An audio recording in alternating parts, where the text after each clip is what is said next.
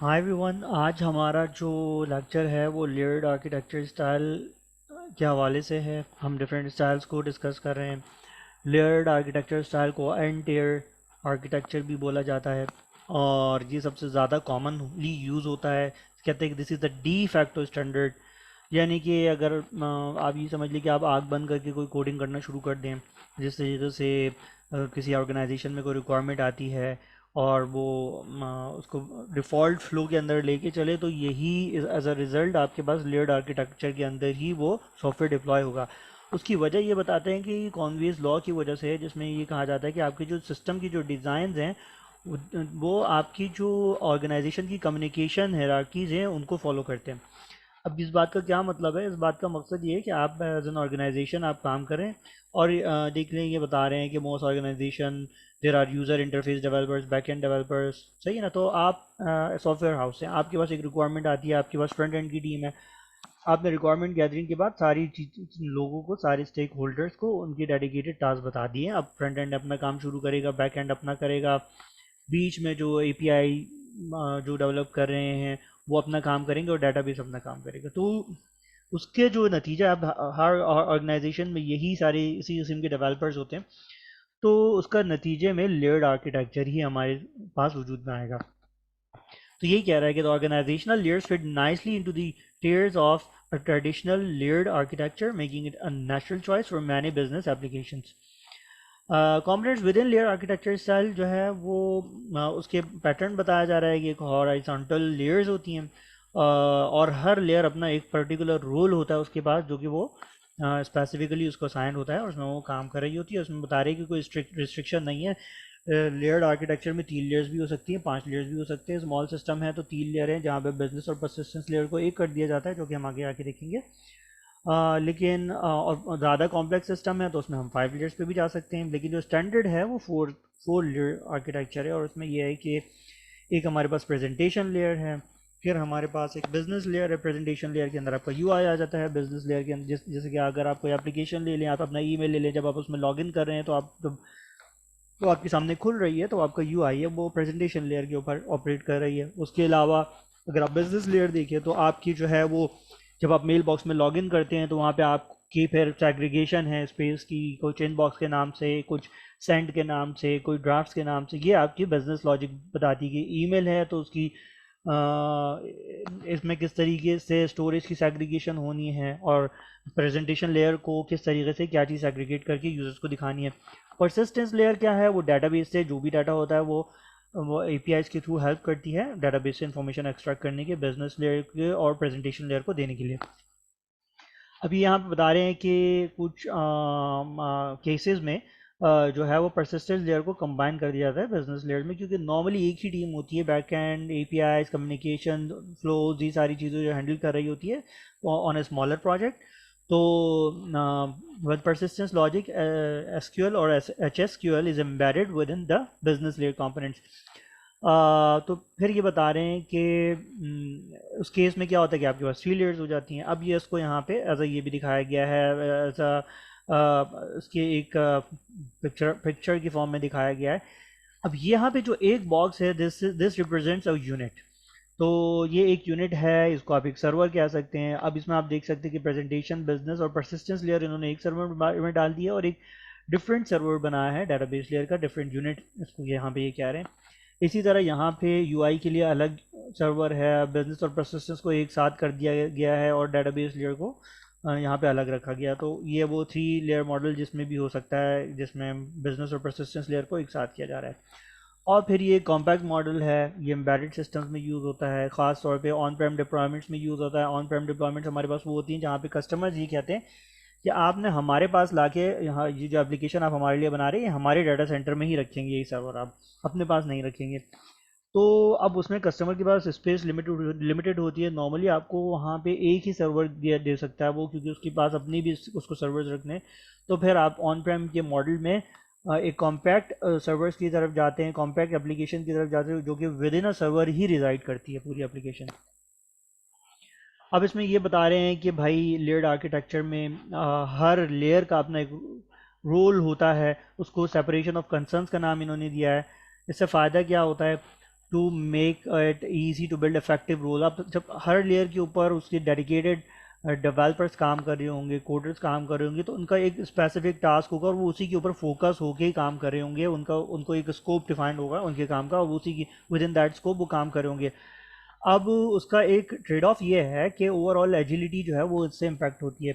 ये agile model के अंदर जैसे हमने देखा था कि टीम सारी क्लोजली काम कर रही होती हैं, और उसमें हमारे पास एक डेली की स्क्रम होती है, और उसके बाद क्योंकि वो यूज़र स्टोरीज के ऊपर काम करती हैं, बहुत तेज़ी से आपने डिलीवरी करनी होती है, क्योंकि eight the end of the day this is a monolithic architecture.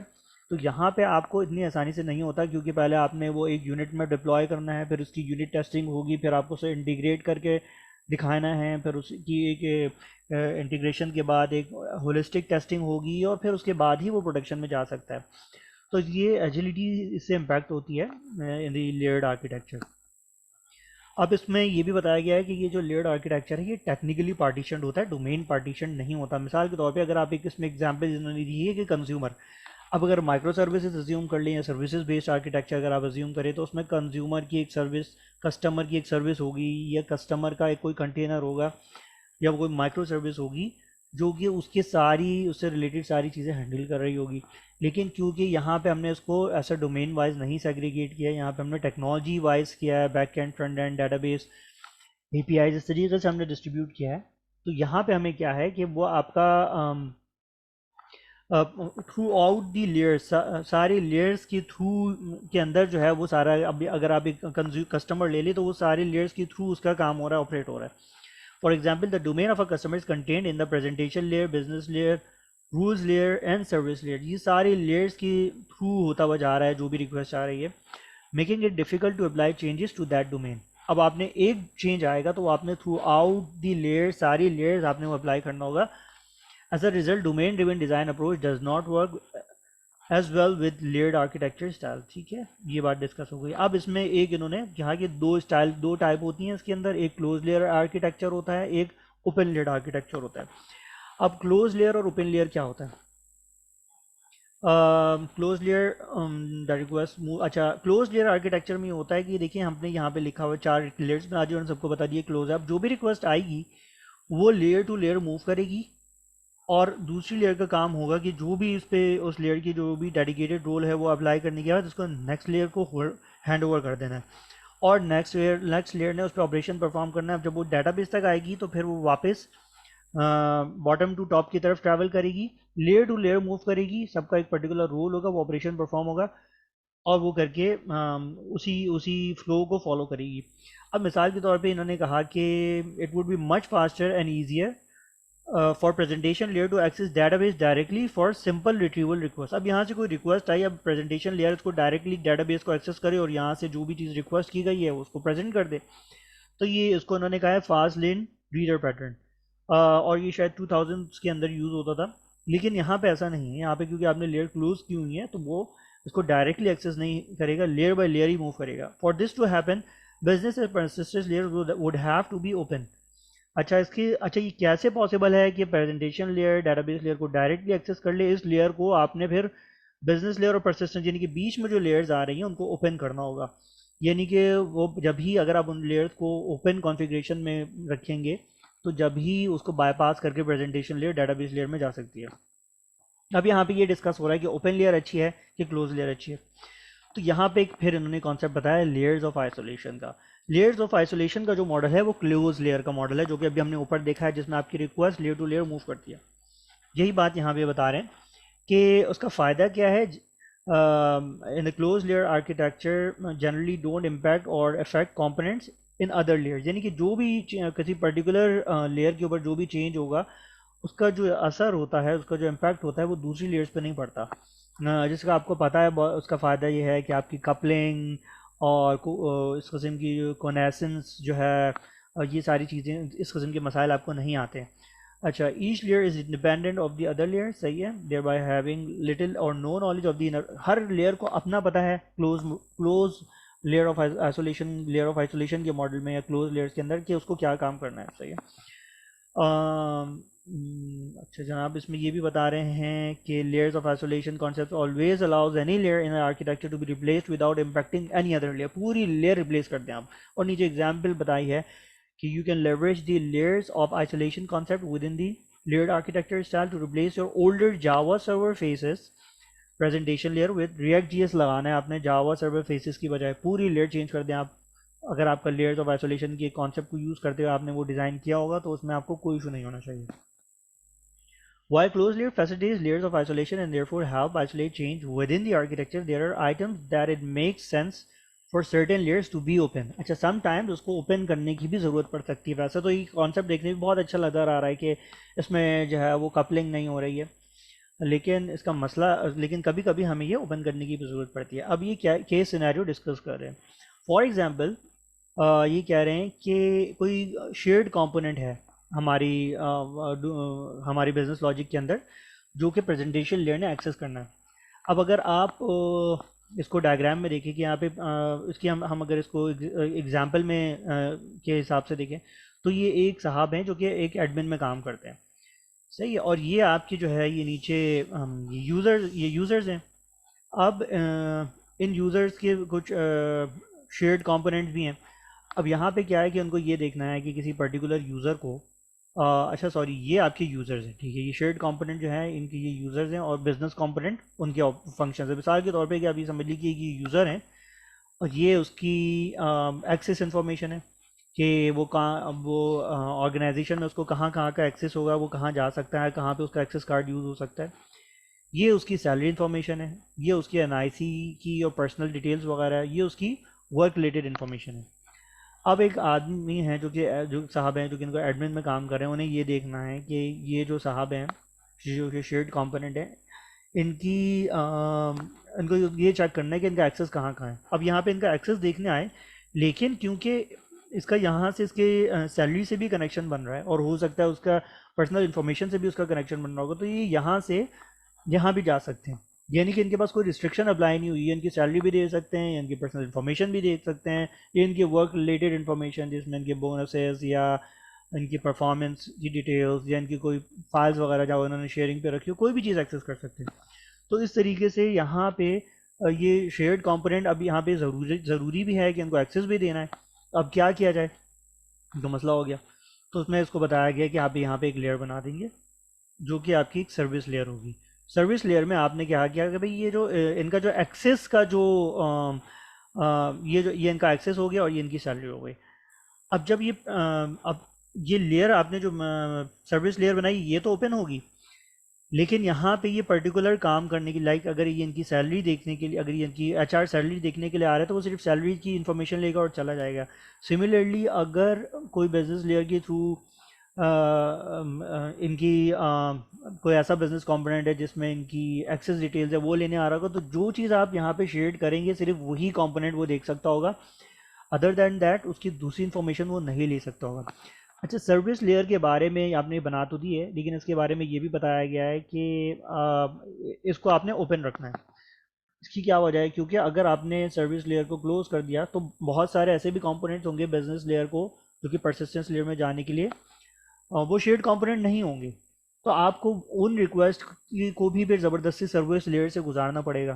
तो फिर फ़ायदा नहीं है, क्योंकि सर्विस लेयर में ऑलरेडी एक शेयर्ड कंपोनेंट है, तो आप उसने उसको तो पब्लिक किया हुआ है, उसको ओपन किया हुआ है। तो आप उसका फ़ायदा ये होगा कि बिजनेस लेयर को जो जहाँ पे कोई ऐसे कंपोनेंट्स जिनको एक्सेस करना होगा जिनका सर्विस लेयर से ताल्लुक़ नहीं है, तो वो डायरेक्ट जो है वो बिजनेस परसिस्टेंस के पास आएगी और डेटाबेस के थ्रू वो काम करके चले जाएगी। तो उसका एक अननेसेसरी हॉप यहाँ से ख़त्म हो जाएगा। इसी चीज़ को यहाँ पे बताया गया। Leveraging the concept of open and closed layers helps define relationship between the architectural layer and request flow. It also provides developers with the necessary information and guidance to understand various layers access restrictions within the architecture.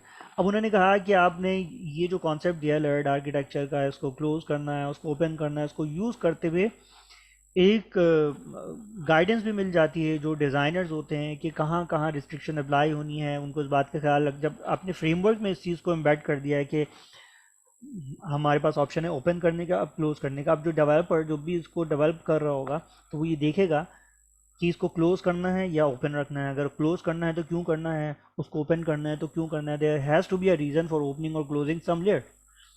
तो उसके पास कोई ना कोई logic होगी। तो ये फ़ायदा हुआ इसका ओपन और क्लोज लेयर का जो हमने कॉन्सेप्ट बताया। अच्छा, फिर इसमें बताया गया है कि failure to document or properly communicate which layer in the architecture are open and close and why usually results in tightly coupled. अच्छा जनाब, अगर हम इसको ओपन कर देंगे तो वो टाइटली कपल हो जाएंगी, और अगर हम इसको ये डॉक्यूमेंट नहीं करेंगे कि कौन सी लेयर ओपन है कौन सी लेयर क्लोज है, तो उसको प्रॉपर डॉक्यूमेंट करना भी ज़रूरी है। क्योंकि अगर आपने उसको प्रॉपर डॉक्यूमेंट नहीं किया और अनडॉक्यूमेंटेड तरीके से काम करते रहे, तो आपको याद होगा कि हमने पढ़ा था कि एंटायर पैटर्न एक चीज़ होती है कि टेम्पररी वर्क अराउंड्स। क्या आपने कोई भी और उसको प्रॉपर प्लानिंग के बगैर बगैर डॉक्यूमेंट किया आपने कोई भी चीज़ कर दी है, तो फिर उसमें कपलिंग पैदा होना शुरू होगी। और इसी में आगे जाके उसी से रिलेटेड एक टॉपिक डिस्कस किया उन्होंने, जिसको उन्होंने सिंक होल का नाम दिया। तो वो भी अभी आएगा तो हम उसको देखेंगे। अच्छा, the layers architecture makes for a good starting point for most application but is not known exactly which architecture style will ultimately B use. अगर आपके पास डेवलपमेंट स्टार्ट करनी है, रिक्वायरमेंट आ गई है और आप डिसाइड नहीं कर पा रहे कि या तो मुझे माइक्रो सर्विसेज यूज़ करना है या मुझे डिफ़ॉल्ट आर्किटेक्चर की तरफ जाना है या लीड आर्किटेक्चर की तरफ जाना है, तो आप उसमें काम शुरू कर सकते हैं। और आपने उसके नेक्स्ट फेजेस में उसको आप उसके अंदर लेके जा सकते हैं माइक्रो सर्विसेज आर्किटेक्चर की, यानी कि आप लेयर्ड आर्किटेक्चर से काम स्टार्ट करके उसको माइक्रो सर्विसेज की तरफ लेके जा सकते हैं। लेकिन इसमें बताया गया है कि इसमें आपको एक चीज़ का ख्याल रखना होगा कि रीयूज़ का जो कॉन्सेप्ट है वो मिनिमम आपने करना है। रीयूज़ ये कि रीयूज़ ऑफ द क्लासेस, जो भी रीयूज़ का कॉन्सेप्ट है उसको आपने मिनिमम प्रैक्टिस करना है, जब ही आपके लिए ट्रांजिशन पॉसिबल होगी कि अभी अभी आपने कोड शुरू कर दिया है लेयर्ड आर्किटेक्चर के मॉडल को रखते हुए, लेकिन बाद में आप उसमें ट्रांजिशन कर सकते होंगे। This will help facilitate the move to another architecture style later on. ठीक है, अब ये आ गया सिंक होल का कॉन्सेप्ट जिसकी हम बात कर रहे थे। One thing to watch out for the layered architecture is the architecture sinkhole anti pattern. अब वही बात है कि अगर आपने उसको प्लानिंग नहीं की, वर्क अराउंड्स करना शुरू कर दिए और आपने लेयर्स को ओपन रखा, तो आपके पास सिंक होल्स क्रिएट होंगे। सिंक होल्स क्रिएट का मतलब ये है कि बिजनेस लेयर तो एग्जिस्ट करती है बिजनेस, लेकिन बिजनेस लेयर में बिजनेस लॉजिक अप्लाई किए बगैर ही उसको वहाँ से चीज़ें मतलब वहाँ से पास थ्रू हो रही होंगी चीज़ें। तो it would be like a sinkhole कि जिसका काम है कि उसके अंदर जो भी चीज़ आए वो उसको पास ऑन कर देना। तो उससे क्या होता है, उससे क्योंकि अननेसेसरी ऑब्जेक्ट इंस्टेंटिएशन होती है, इंस्टेंसिएशन सॉरी इसको कहा जाता है, एंड प्रोसेसिंग। तो जिसकी वजह से क्या होता है कि आपकी आपकी क्लासेस आपने गैर ज़रूरी क्लासेस बना दी होती हैं, ऑब्जेक्ट्स बना दिए होते हैं, और उसकी वजह से आपकी गैर ज़रूरी मेमोरी और सीपीयू कंजम्पशन हो रही होती है, जिसकी वजह से आपका परफॉर्मेंस इम्पैक्ट होती है। तो every layered architecture will have at least some scenarios, कहीं ना कहीं सिंक होल होता है लेयर्ड आर्किटेक्चर में। अब ऐसा नहीं है, इन्होंने ये भी कहा कि ऐसा नहीं है कि कोई ऐसा आर्किटेक्चर हो उसमें कोई भी सिंक होल या एंटायर पैटर्न ना हो। अब एंटायर पैटर्न की वजह से सिंक होल बनता है, जैसे कि हमने डिस्कस किया था, क्योंकि आपने उसको प्लान नहीं किया और आप विदाउट एनी लॉजिक चीज़ों को आप वहाँ से बाईपास कर रहे हैं लेके, तो इसकी वजह से क्या होगा कि एंटायर पैटर्न्स क्रिएट होंगे। लेकिन उन्होंने कहा कि 20%, 80-20 रूल जो है वो आपका जैसे कह लें कि वो टॉलरेबल है। अगर 20% सिंक होल्स हैं आपके कोड के अंदर तो फिर तो ये मॉडल बेस्ट फिट है। लेकिन अगर आप देख रहे हैं कि 80% of your request are sinkholes, तो इट मीन्स कि ये लेयर्ड आर्किटेक्चर सूटेबल नहीं है। आप जो भी काम कर रहे हैं आप कोई दूसरा आर्किटेक्चर देखिए, चाहे बेशक आपकी गलत प्लानिंग की वजह से, आपकी रिक्वायरमेंट की वजह से, लेकिन if your 80% of the request are sinkholes, then layered architecture is not the right choice for that application. और दूसरा ये कह रहे हैं कि आप सिंक होल और एंटायर पैटर्न्स को रिजॉल्व करने के लिए आप ये कर दें कि सारी लेयर्स को ओपन कर दें, लेकिन आपको उसमें पता है कि उसमें जो है वो कोड मैनेज करना, क्योंकि उसकी मॉड्यूलरिटी इम्पैक्ट होगी। अब मॉड्यूलरिटी क्या है उसको हम नेक्स्ट लेक्चर में देखेंगे, लेकिन क्योंकि उससे मॉड्यूलरिटी इम्पैक्ट होगी, उसमें कपलिंग पैदा हो जाएगी और सारे लेयर्स एक दूसरे को बाईपास कर रही होंगी, तो फिर वो एक कोड जो है वो ये स्पैगेटीज या बिग बॉल ऑफ मड की तरफ ट्रांसफॉर्म होना चला जाएगा। आगे बता रहे हैं why use this architecture style, the layered architecture style is a good choice for small simple. अच्छा, कब यूज़ करना है स्मॉल सिंपल प्रोजेक्ट के लिए एप्लीकेशन या वेबसाइट हो गई, सही है। गुड आर्किटेक्चर चॉइस है स्टार्टिंग पॉइंट के लिए फॉर वेरी टाइट बजट और टाइम कॉन्स्ट्रेंट्स जहाँ पर हों, जहाँ पे आपको टाइम और बजट का मसला हो, वहाँ पे आप ये फ़ौरन अप्लाई कर सकते हैं, क्योंकि इसकी सिंप्लिसिटी की वजह से और उसकी फैमिलियरिटी की वजह से सारे डेवलपर्स को इसे अडॉप्ट करने में कोई भी इशू नहीं है, सब इसके अकॉर्डिंगली काम कर सकते हैं। लोएस्ट कॉस्ट आर्किटेक्चर कह रहे हैं इसको, और ease of development in smaller applications है इसके अंदर, सही है। The layered architecture has also good choice for an architect. अच्छा, वो कह रहे हैं कि आर्किटेक्ट, ये बात पहले कर चुके हैं, is still analysing business needs requirements and is unsure which architecture style would be best. तो काम शुरू कर सकते हैं, फिर बाद में उसको दूसरे स्टाइल की तरफ लेके जाया जा सकता है।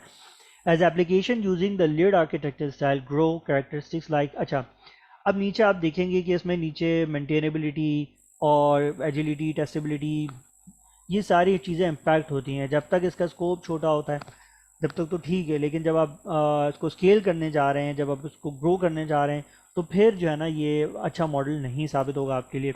For this reason large applications and systems using the layered architecture might be better suited for other more modular architecture style, ठीक है। अभी इसमें कुछ रेटिंग बताई है लेयर्ड आर्किटेक्चर की, इसमें आप देख सकते हैं कि ओवरऑल कॉस्ट को इसमें सबसे ज़्यादा रेट किया गया है, क्योंकि कॉस्ट इफेक्टिव है, और सिंप्लिसिटी को। बाकी रिलायबिलिटी को भी थोड़ा बहुत इन्होंने मीडियम रेट किया है, परफॉर्मेंस को भी 2 स्टार इन्होंने दिया है, और टेस्टेबिलिटी को भी इसको इन्होंने 2 स्टार दिया है। Overall cost and simplicity are the primary strengths, तो उनको उन्होंने 5 स्टार दिया है। Being monolithic in nature, layered architectures don't have the complexities, monolithic हैं, कोई बहुत ज़्यादा कॉम्प्लेक्स स्ट्रक्चर नहीं है इसका, इसलिए इसको सिंप्लिसिटी, इसको सिंपल कहा जाता है। डिस्ट्रीब्यूटेड आर्किटेक्चर में आपको डिफरेंट कंपोनेंट्स का ख्याल रखना पड़ता है, तो वो कॉम्प्लेक्स स्ट्रक्चर होते हैं, इसलिए वो उसके मुकाबले में बहुत सिंपल है, and also simple to understand और लो कॉस्ट भी है। लेकिन as a cautionary note, these ratings start to quickly diminish as monolithic layered architecture gets bigger and consequently more complex। जैसे जैसे ये आर्किटेक्चर जब तो छोटा है, जब तो आप ये कह सकते हैं कि ओवरऑल कॉस्ट बहुत अच्छी है और सिंप्लिसिटी भी है, लेकिन अगर आपकी स्केलेबिलिटी की बात आ रही है, आपके ग्रो करने की बात आ रही है, आपकी एप्लीकेशन में मोर कॉम्प्लेक्स फंक्शंस आपने उसे करवाने परफॉर्म, तो फिर ये अच्छा आर्किटेक्चर नहीं है, फिर ये आपकी सारी जो प्रॉपर्टीज़ है ये रेटिंग आपकी आस्ते आस्ते खुद ही कम होना शुरू हो जाएंगी। अब ये बता रहे हैं कि डिप्लॉयबिलिटी एंड टेस्टेबिलिटी को रेट किया गया है, लो किया गया है। क्यों लो किया गया है? Because of the ceremony of deployment, इसकी डिप्लॉयमेंट में एफर्ट है। हर वही बात है कि हर लेयर के ऊपर जाके उसकी टेस्टिंग होनी है, उसकी डिप्लॉयमेंट होनी है, फिर उसके बाद उसकी इंटीग्रेशन होनी है विद द डिफरेंट लेयर्स, और फिर उसकी टेस्टिंग होनी है। तो टेस्टेबिलिटी और डिप्लॉयबिलिटी इसकी जो है वो लो रेट की इन्होंने। अब इसमें बता रहे हैं कि सिर्फ सिंपल 3 लाइन चेंज आ जाए कोड में, तो क्योंकि आपको पता है, क्योंकि it has to do with the monolithic, तो मोनोलिथिक के अंदर ये क्या होता है कि आपकी जो डिप्लॉयमेंट होती है ना, वो आपको पूरी करनी पड़ती है। ये नहीं है कि अगर आपका सर्विसेज बेस्ड आर्किटेक्चर में या माइक्रो सर्विसेज बेस्ड आर्किटेक्चर में ये होता है कि आपकी पर्टिकुलर सर्विस रिलेटेड चेंजेस आके हुए उसी सर्विसेज को आप जाके अपडेट कर देते हैं, अपग्रेड कर देते हैं। ये समटाइम्स कुछ 2-4 सर्विस जो कि उस पर डिपेंडेबल होती है, उनको रीस्टार्ट हो गया, आपका काम हो गया आप सर्विस अपग्रेड करने के बाद। लेकिन यहाँ पे ऐसा नहीं है, यहाँ पे अपने पूरी डिप्लॉयमेंट दोबारा करनी पड़ेगी, पूरा एक नया वर्जन आएगा काइंड ऑफ एप्लीकेशन का, और इस तरीके से आपने उसको वो करना होता है। इसलिए यही बता रहे हैं कि 3 line change to a class file in the layered architecture requires entire deployment unit to be redeployed taking in potential database changes. अब उससे रेलेवेंट ये रीडिप्लॉयमेंट के दौरान जो भी डेटाबेस चेंजेस है वो अलग हैं, कॉन्फ़िगरेशन चेंजेस उसके अलग हैं, वो आपने जाके हर जगह करने होंगे। And other coding changes sneaking in alongside the original change, सही है ना। यानी कि इस पैकेज में ऑफ चेंज के अंदर आपके बहुत सारे दूसरे भी चेंजेस हैं जो जिसको अकॉर्डिंगली आपको दूसरे भी कंपोनेंट्स को उनको चेंज करना पड़ेगा। Furthermore, the simple 3 line change is simply bundled with dozens of other changes, thereby increasing the deployment risk, सही है ना। अब ये हुआ कि आपके पास एक नया वर्जन आया, आप वो डिप्लॉय करने जा रहे हैं, उसमें आपने डिप्लॉयमेंट के दौरान टैग की वैल्यू गलत दे दी, आपको उसको रीडिप्लॉय करना पड़ेगा, उसके सारे कंपोनेंट्स उससे इम्पैक्ट होंगे, और ड्यूरिंग दैट होल टाइम वो पूरा सिस्टम एज अ होलिस्टिक वो फंक्शन नहीं कर रहा होगा। तो ये सारे इसके चैलेंजेस हैं। Low testability ratings also reflect this scenario. कि 3 लाइन कोड की जो चेंज की इन्होंने बात की, तब उसमें इन्होंने कहा कि ये जो डिफरेंट काइंड ऑफ टेस्टिंग होती हैं, जिस तरह एक रेग्रेशन हो गई, अब उसका फॉर से कि एक कोड में आपके चेंज आया जिसकी, अच्छा टेस्टिंग का क्या होता है for those who have not studied QA। Software जब भी डेवलप होता है तो उसका QA टीम होती है जो कि उसको टेस्ट करती है और उसके बाद ही वो क्लाइंट को डिलीवर होता है। अब कुछ टेस्टिंग होती है जो कि यूनिट टेस्टिंग होती है, जो कि कंपोनेंट लेवल की टेस्टिंग होती है। कुछ इनिशियल टेस्टिंग जो है वो कोडर्स अपने पास करके कर लेते हैं कि भाई ये चल रहा है नहीं चल रहा है। लेकिन जब वो QA के पास जाता है तो वो डिफरेंट टेक्निक्स को यूज़ करते हैं। वो रिपीटिटिव उसकी टेस्टिंग करते हैं, वो उसकी रेग्रेशन टेस्टिंग करते हैं जिसमें ऑटोमेटेड टेस्ट केसेस भी लिखे हुए होते हैं उन्होंने आजकल। और फिर उन्होंने लोड टेस्टिंग करनी होती है, उसके ऊपर लोड डाल के देखते हैं कि वो उसमें कैसा परफॉर्म कर रही है। तो ये सारे टेस्ट परफॉर्म करने पड़ेंगे फॉर दी होल सिस्टम। अब मिसाल के तौर पे कस्टमर रिलेटेड चेंज आया, आपने कस्टमर रिलेटेड चेंज तो कर दिए हैं, लेकिन क्योंकि पूरी एप्लीकेशन रीडिप्लॉय हुई है तो आपने उसके सारे कंपोनेंट्स को मेक श्योर करना पड़ेगा, उसको चेक करना पड़ेगा। मिसाल के तौर पे कस्टमर का फंक्शन तो सही चलने लगा लेकिन उसकी वजह से कोई दूसरा बिलिंग जो है उसमें मसला आ गया रीडिप्लॉयमेंट के दौरान, या कोडिंग के दौरान कुछ ऐसी चेंजेस थी जो किसी पर्टिकुलर यूजर्स को उन्होंने रिस्ट्रिक्ट कर दिया, तो इस किस्म के चैलेंजेस आपको आ सकते हैं।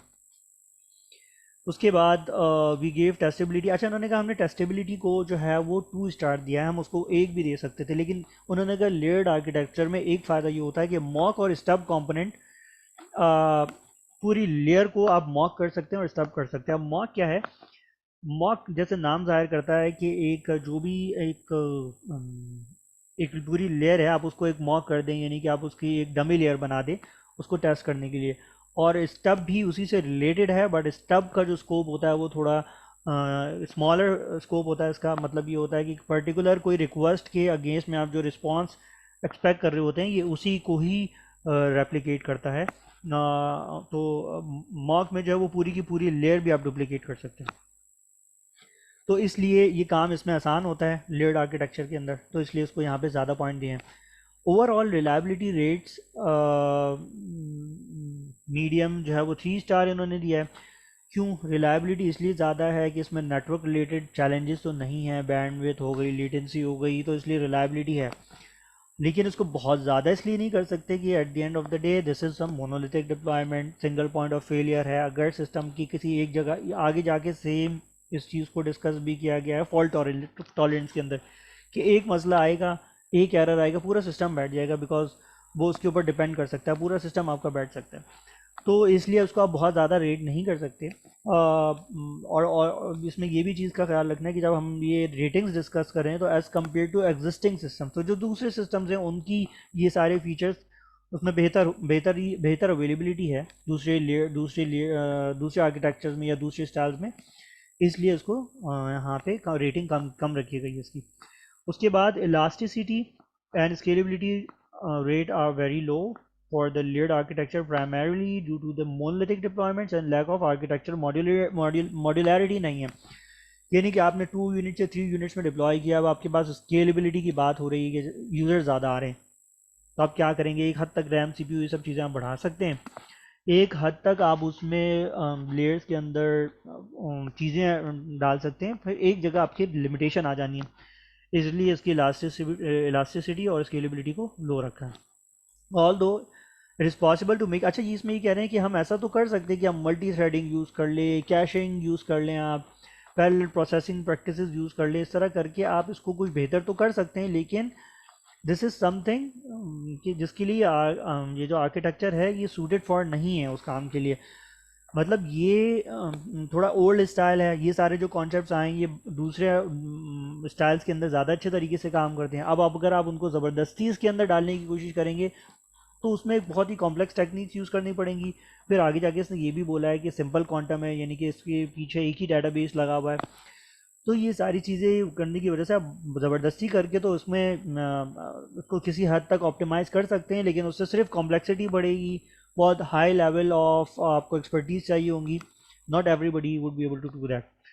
अच्छा, परफॉर्मेंस क्या है? परफॉर्मेंस किसी भी चीज़ की ये होती है कि वो कम टाइम के अंदर अच्छा परफॉर्म करके सारे जो भी उसके अवेलेबल रिसोर्सेज हैं उनको बेस्ट यूटिलाइज करके वो आपको रिजल्ट प्रोवाइड कर सके। They gave it only 2 star because the architecture itself simply does not lend itself into a high performance system. ये स्टाइल ही हाई परफॉर्मेंस के अंदर नहीं आता due to the lack of parallel processing. अभी इन्होंने ऊपर कहा था कि मल्टी थ्रेडिंग और ये सारी चीज़ें ये यूज़ कर सकते हैं, लेकिन वो ऑर्गेनिकली इस मॉडल में फिट नहीं होते। सही है, क्लोज लेयरिंग है इसके अंदर, सही है। अगर आप ज़्यादा इसको ओपन कर देंगे तो वो फिर ओपन लेयरिंग आ जाएगी, तो उसमें कपलिंग के मसले हो जाएंगे, या फिर सिंक होल्स क्रिएट हो जाएंगे एंटायर पैटर्न्स की वजह से। तो इस वजह से इसमें दूसरे मसले आ जाएंगे। अगर आप बहुत ज़्यादा इसमें चीज़ों को आप वर्क अराउंड करेंगे या हाई परफॉर्मेंस की तरफ लाने की कोशिश करेंगे, तो फिर इस किस्म के दूसरे चैलेंजेस आपके पास आ जाते हैं। Like scalability performance can be address through caching, multi threading and the like, but it is not natural characteristics of this architecture. तो इस वजह से ये इसीलिए इन्होंने इसको लो रेट किया है। अच्छा, layered architecture don't support fault tolerance due to monolithic deployment, ये बात हम ऊपर डिस्कस कर चुके हैं। और this whole side has to do with monolithic architecture. जो भी मोनोलिथिक आर्किटेक्चर्स होते हैं उसमें जो फॉल्ट टॉलरेंस होती है, और उसका मसला ये होता है कि वो एक सिंगल पॉइंट ऑफ फेलियर होता है, एक एरर आता है, उसकी वजह से आपका मेमोरी का एरर आ गया या कोई भी एरर आ गया, तो उसकी वजह से वो एप्लीकेशन जो है उसके चांसेस हैं कि वो पूरी एप्लीकेशन काम करना छोड़ देगी। दूसरा है कि overall availability is impacted due to the high mean time to recovery. अब हर मॉडल का एक मीन टाइम टू रिकवरी है जो कि एक स्टैंडर्ड है। मिसाल के तौर पे एक लेयर्ड आर्किटेक्चर की कोई एप्लीकेशन डाउन होती है तो उसका एक स्टैंडर्ड जो टाइम है, टाइम टू रिकवरी है, वो फॉर स्मॉलर एप्लीकेशंस 2 मिनट बताया गया है, और फॉर कॉम्प्लेक्स एप्लीकेशंस 15 मिनट्स तक लार्ज एप्लीकेशंस में बताया गया है। तो मीन टाइम टू रिकवरी जो है for further more overall availability is impacted due to the high mean time to. अब ये इसको प्रोडक्शन के अंदर 2 to 15 मिनट्स बहुत ज़्यादा टाइम है, क्योंकि इसके अंदर अगर आप कोई बढ़िया या कॉम्प्लेक्स एप्लीकेशन चला रहे हैं, फॉर एग्जांपल जिनका फाइनेंस से ताल्लुक़ है, नॉर्मली हमने देखा है कि हमारे जो भी जो कॉन्ट्रैक्ट्स होते हैं विद दी क्लाइंट्स, उसमें ये होता है कि अगर एप्लीकेशन का डाउन टाइम आता है तो वो जो एप्लीकेशन डिज़ाइनर्स होते हैं उनको उसका पे करना पड़ता है। तो जब बहुत ज़्यादा आपके पास उस किस्म के इश्यूज आएंगे तो वो आपको उसका नुकसान होगा। और 2 to 15 मिनट डाउन टाइम बहुत ज़्यादा डाउन टाइम होता है प्रोडक्शन के लिए। तो ये हमारा आज का लेयर्ड आर्किटेक्चर था। Thank you so much.